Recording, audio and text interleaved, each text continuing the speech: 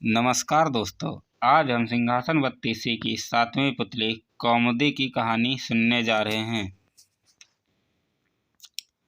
राजा भोज 7वें दिन फिर दरबार पहुंचकर सिंहासन की तरफ बढ़ने लगे। तभी 7वीं पुतली कौमुदी ने राजा से कहा,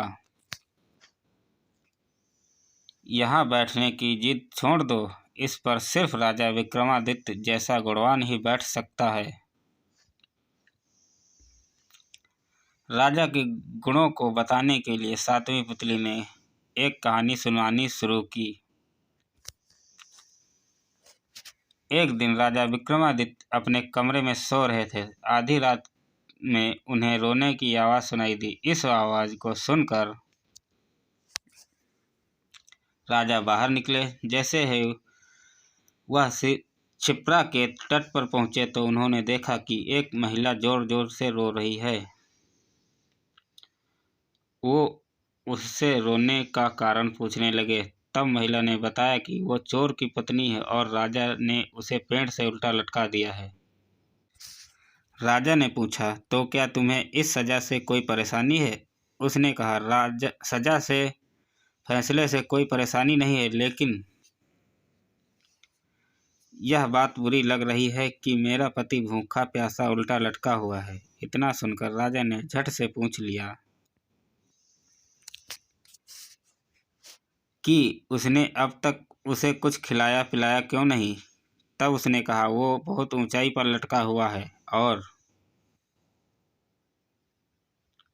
मैं किसी की मदद के बिना उस तक खाना नहीं पहुंचा सकती।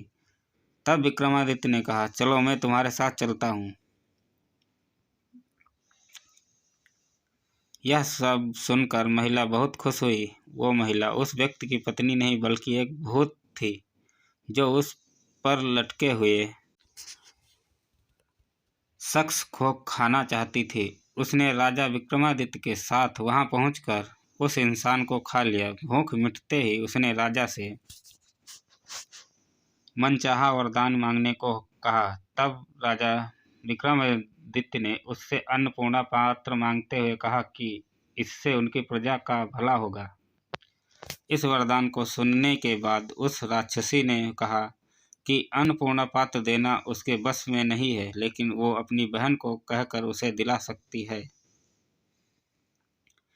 वह राक्षसी अपनी बहन के पास पहुंची और सारी बात बताते ही उससे अन्नपूर्णा पात्र मांगा। उसकी बहन ने खुशी खुशी वह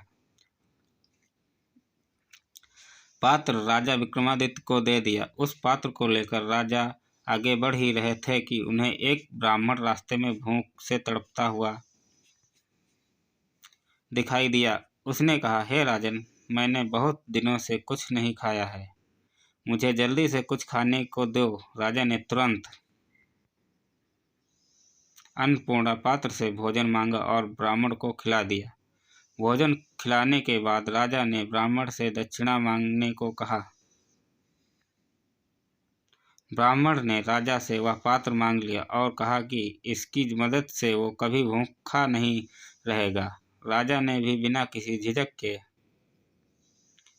उसे तुरंत पात्र दे दिया और राजमहल की ओर आगे बढ़ गए। इतनी कहानी सुनाते ही 7वीं पुतली उड़ गई। यह सब सुनकर राजा भोज ने सोच में पड़ गए। उन्होंने मन में सोचा कि अब यहाँ बैठने का कोई और उपाय सोचना पड़ेगा। इस कहानी से हमें यह सीख मिलती है कि निस्वार्थ भाव से सभी की मदद करनी चाहिए। दूसरों के लिए अच्छा सोचने वाले के साथ अच्छा ही होता है। सिंहासन बत्तीसी की और भी कहानियाँ सुनने के लिए हमारे चैनल को लाइक, शेयर और सब्सक्राइब करके घंटी को दबाना ना भूलें। धन्यवाद।